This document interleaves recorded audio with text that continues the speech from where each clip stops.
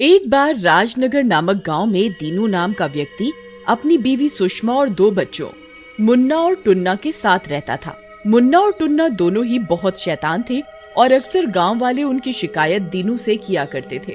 उनके घर के सामने एक दूसरा मकान था जो कि सालों से खाली पड़ा हुआ था और काफी डरावना सा दिखता था। एक दिन मुन्ना को उस मकान की छत पर एक औरत और बच्चा दिखाई पड़ते हैं। अरे टुन्ना, तूने उस मकान की छत पर कुछ देखा? मुझे वहाँ पर एक बहुत डरावनी सी औरत और एक बच्चा दिखा। अरे छोड़ो ना मुन्ना भैया, शाम को पापा से पूछ लेंगे। वैसे भी कई सालों से तो ये मकान बंद पड़ा है। फिर मुन्ना दीनू से मकान के बारे में पूछता है। अरे पापा, ये सामने वाला मकान किसका है और यहाँ कोई क्यों नहीं रहता?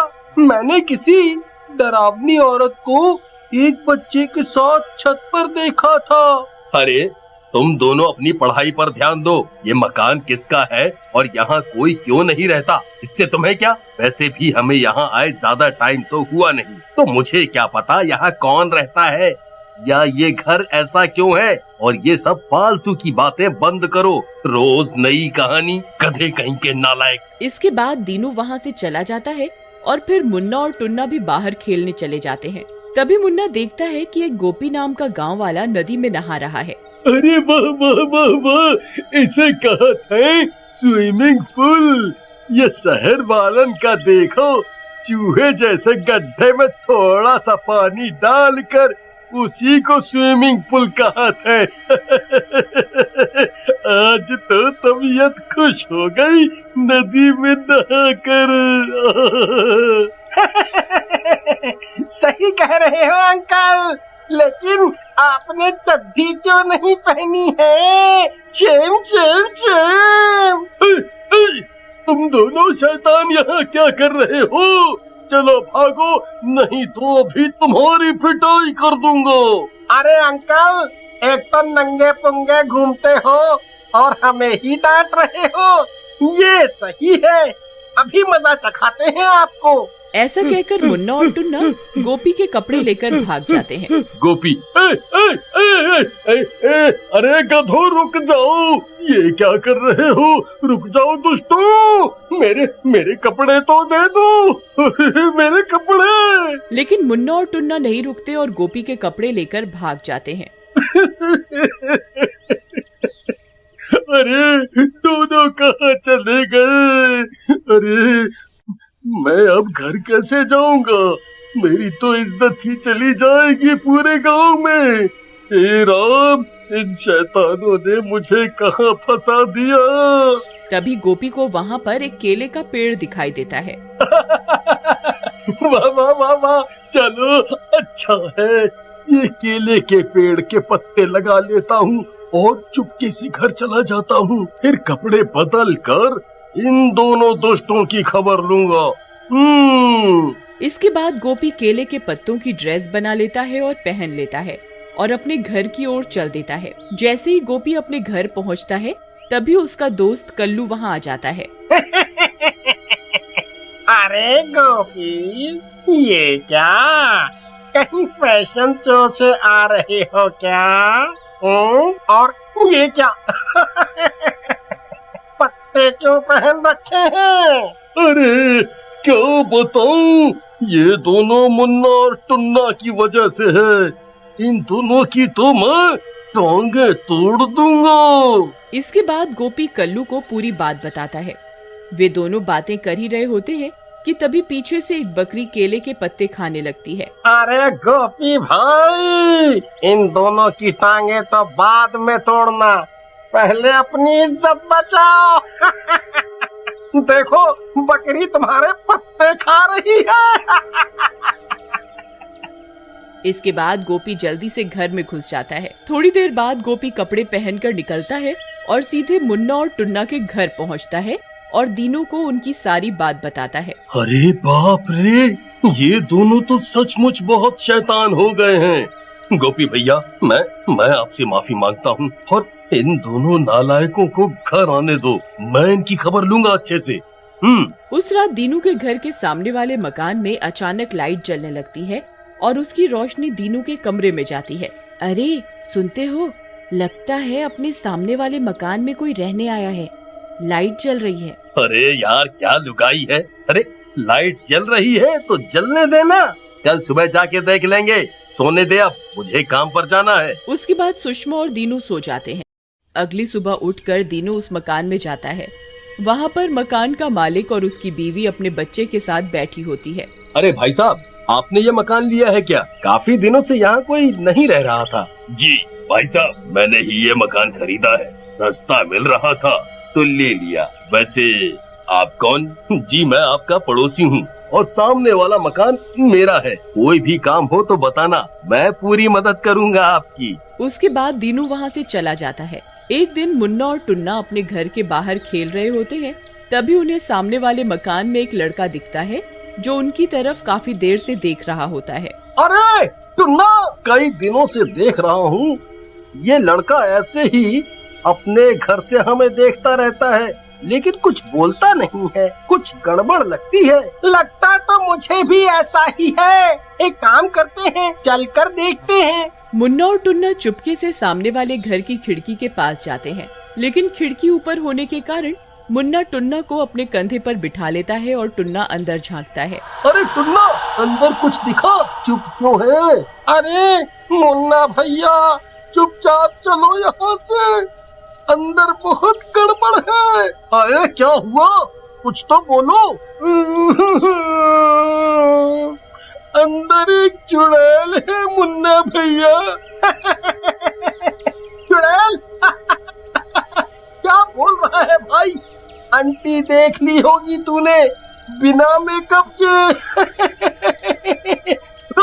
मैं देखता हूँ, तू मुझे कंधे पे उठा, डरपोक कहीं का चुड़ैल। इसके बाद मुन्ना टुन्ना के कंधे पर बैठ जाता है और अंदर झांकता है। अंदर एक चुड़ैल, जो कि देखने में बहुत ही डरावनी होती है, एक लड़के को पकड़कर बैठी होती है और लड़के को मांस का टुकड़ा खिला रही होती है। टुन्ना, टुन्ना भाग यहाँ से, ये तू चुड़ैल है।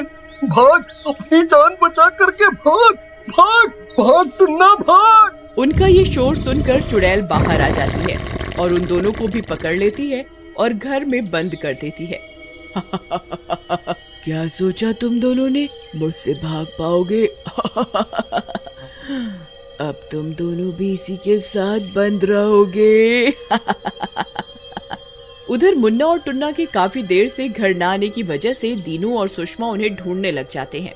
इन दोनों नालायकों ने नाक में दम कर रखा है। जब देखो शरारत। आज मिल जाए तो इनकी टांगे तोड़ दूंगा। अरे क्या नास मिटा आदमी है, इसे बिल्कुल भी दुख नहीं है बच्चों के खोने का, अभी भी मारने की पड़ी है। उसके बाद दीनू सामने वाले पड़ोसी के घर मुन्ना और टुन्ना को पूछने जाता है। अरे भाई, आपने मेरे बच्चों मुन्ना और टुन्ना को देखा है? दोनों नहीं मिल रहे। मुझे लगा शायद आपके यहाँ आए हूँ।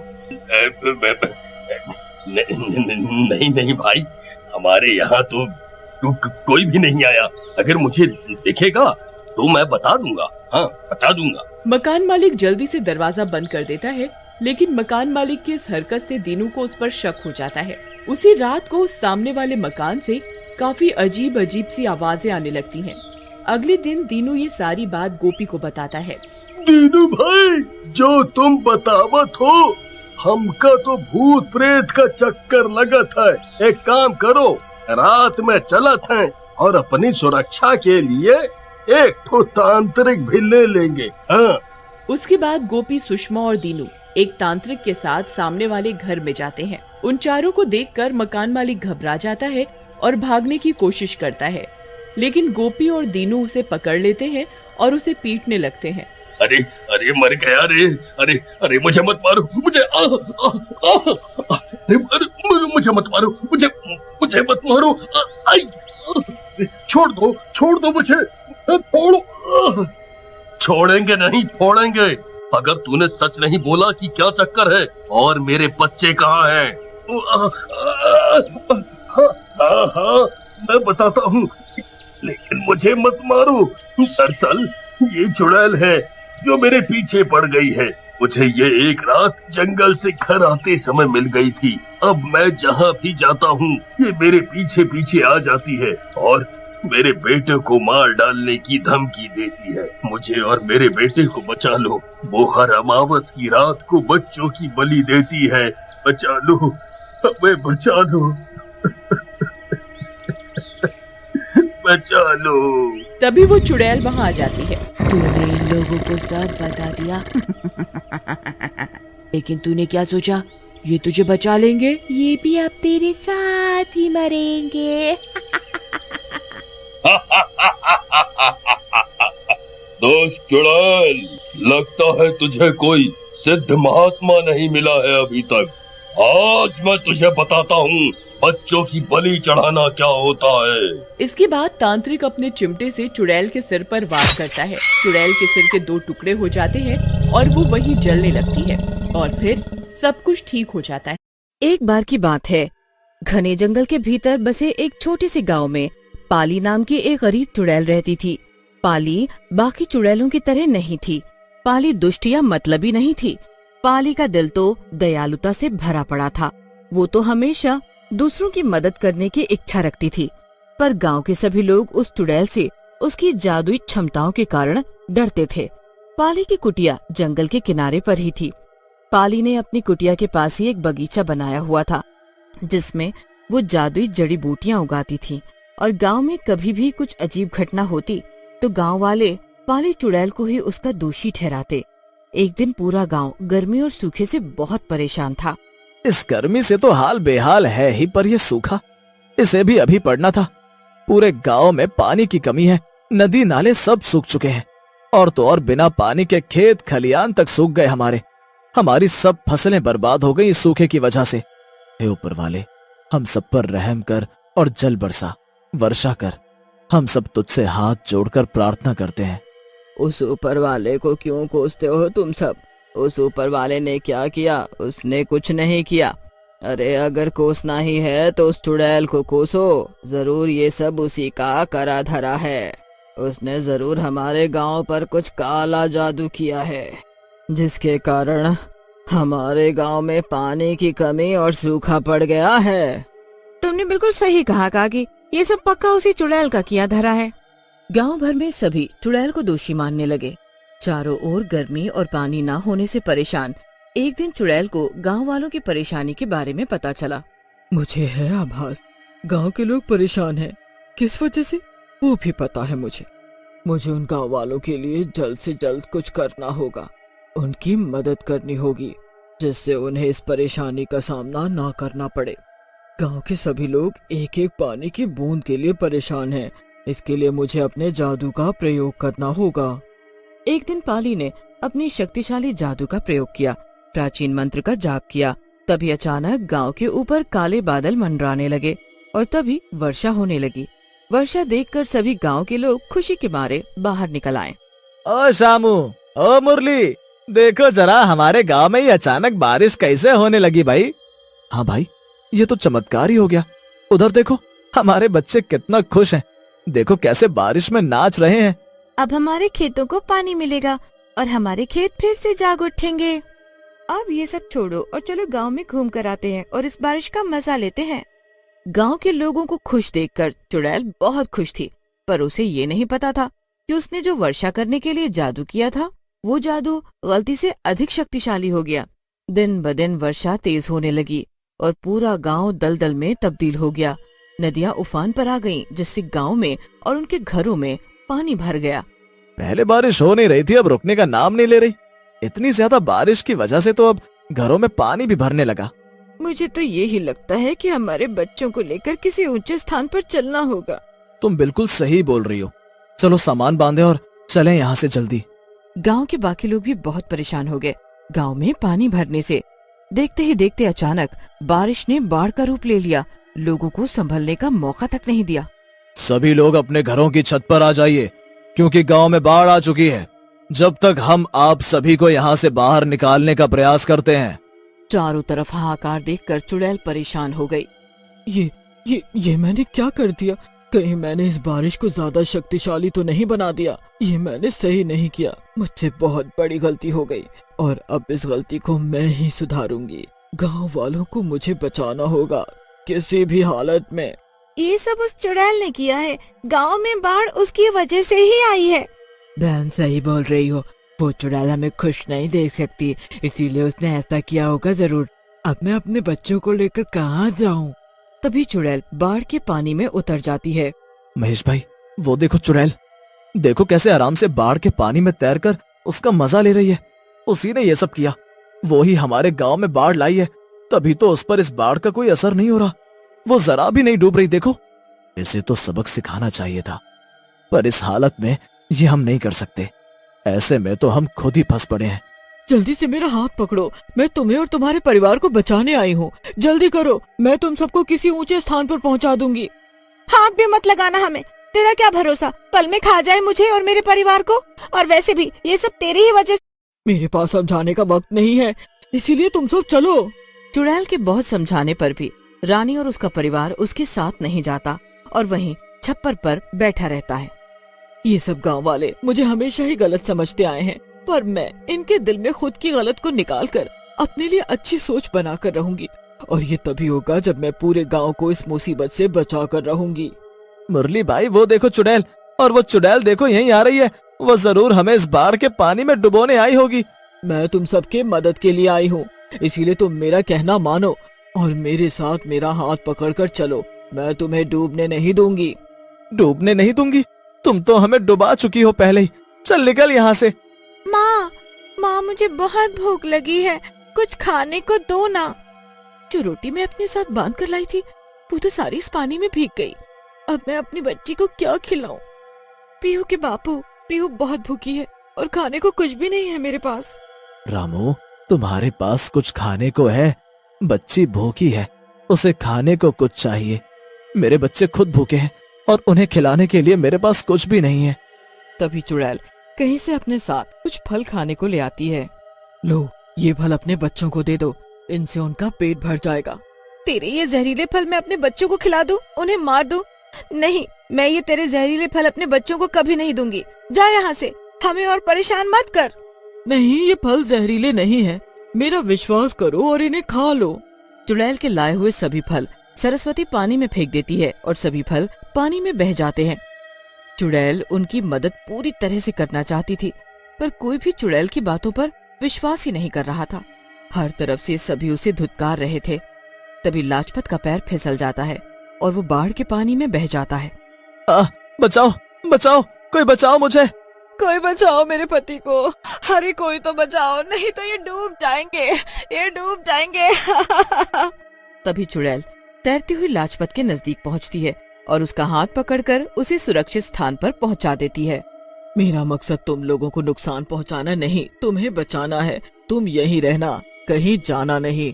मैं तुम्हारे परिवार को भी बचाकर यहीं ले आऊंगी। लाजपत चुड़ैल की तरफ देखता ही रहता है। चुड़ैल फिर से बाढ़ के पानी में कूद जाती है और बाकी लोगों को भी बचाने लगती है। चलो सब निकलो जल्दी यहाँ से, क्योंकि बारिश और ज्यादा तेज हो गई है। ये बारिश के पानी का बहाव तेज कर रही है। तुम सबके घर की छत भी बस कुछ ही देर में डूब जाएगी। देखो, मेरा कहना मानो और चलो मेरे साथ। चुड़ैल की बात कोई नहीं सुनता। सभी छत पर जमे बैठे थे। बारिश बहुत तेज हो गई है, फिर भी ये लोग मेरी नहीं सुन रहे। मैंने इन लोगों को कैसी मुसीबत में डाल दिया भगवान। मैं अपनी आंखों के सामने इन लोगों को मरता तड़पता नहीं देख सकती। छोटे छोटे बच्चों को ठंड लग सकती है और वो बीमार पड़ जाएंगे ऐसे। मुझे अब ठंडे दिमाग से काम लेना होगा। चुड़ैल पानी में एक जगह हाथ जोड़कर खड़ी हो जाती है और अपनी आंखें बंद कर लेती है। मन में कुछ सोचती है और एकदम से आंखें खोल लेती है। यहाँ जादू की नहीं, हिम्मत और ताकत की जरूरत है। नदी का बहाव सारा गांव की तरफ ही आ रहा है, मुझे उसे मोड़ना होगा। नदी के पास पहुँचते ही बारिश का पानी नदी के पानी में मिलकर कितना खतरनाक सैलाब ला सकता है, मैंने ये आज देख लिया। मुझे इस नदी के बहाव को दूसरी तरफ मोड़ना होगा, तभी कुछ हो सकता है। पूरा गांव टकटकी लगाए बस चुड़ैल को ही देख रहे थे। ये चुड़ैल आखिर कर क्या रही है? मेरी तो कुछ समझ नहीं आ रहा। ये चुड़ैल आखिर करने क्या जा रही है? वहाँ हिम्मत दिखाकर आखिरकार चुड़ैल नदी के बहाव को दूसरी तरफ मोड़ ही देती है। तभी गांव से पानी नीचे उतरने लगता है। धीरे धीरे सारा पानी बैठ जाता है और गांव वाले चैन की सांस लेते हैं। ये सारा पानी देखो गायब हो गया। अब हमें डरने की कोई जरूरत नहीं। और ये सब इस चुड़ैल की वजह से हुआ है। मैंने क्या, हम सब ने देखा कि कैसे तुमने अकेले ही नदी के बहाव को दूसरी ओर मोड़ा और हमारी जानें बचाई। तुम्हें हम सब ने कितना गलत समझा। तुम्हारी एक नहीं सुनी और तुमने ही हमारे बच्चों की जान बचाई। तुम्हें हम सब ने क्या क्या नहीं बोला। अरे कोई बात नहीं, तुम सब ने मुझ गरीब को एक साथ इतना मान सम्मान दे दिया कि खुशी के आंसू ही निकल पड़े मेरे तो। चलो हम सब मिलकर गांव को पहले जैसा कर देते हैं, साफ और स्वच्छ। बारिश के रुकते ही सभी ने मिलकर गांव की सफाई की और उसे पहले जैसा फिर से बना दिया। चुड़ैल ने गांव को तो बचाया ही, साथ में मान सम्मान भी पाया उनसे।